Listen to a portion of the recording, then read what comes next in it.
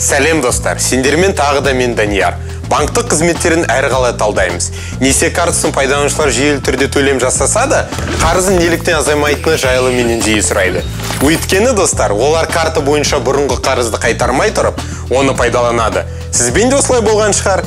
Қазір біз несие картасы бойынша қарыздың неге көбейетінін, олай болмау үшін не істеу керектігін талдап көрейік.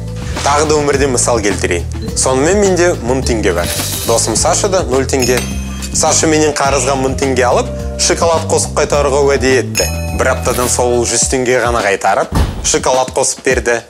Келесі күн тәріптен өзіне кеше маған қайтарған 100 теңгені жетпей тұрғанын түсінді. Мен досым қарызды қайтаратынын білемін. Оған сол теңгені тағы да қарызға бердім. Сол кезде Саша 1100 теңгемен бір шоколад алатын ақшаны жұмсап қойды. Ол маған 1000 теңгемен шоколад қарыз болды. Мұның қиындығы неде?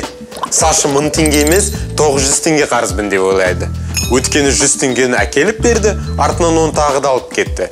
Өзін емес менің ақшамды алып кетті. Сонымен Саша менен 1000 теңге қарызға алды.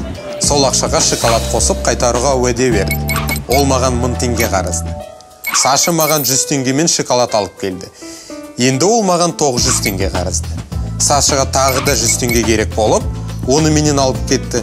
Қазір ол маған 1000 теңге қарызды. Сонымен Саша маған 1000 теңге қарызды. Жалпы ол 1100 теңгемен шоколад ақшасын жұмсап қойды. Несие картасымен де дәл солай. Негізгі қарыздан аз ақшаны картаға салғанда, банкке қарыздың бір бөлігін қайтарасыз. Бұл ақша қайтадан банктікі болады. Сондықтан, карта бойынша бұрынғы қарызды өтемей тұрып, жаңа қарыз алмауға тырысыңыздар. Сол кезде аз төлейсіз. Қарызға қатысты түсінбеушіліктер де болмайды. Қаржылық істеріңізде сәттілік тілеймін достар.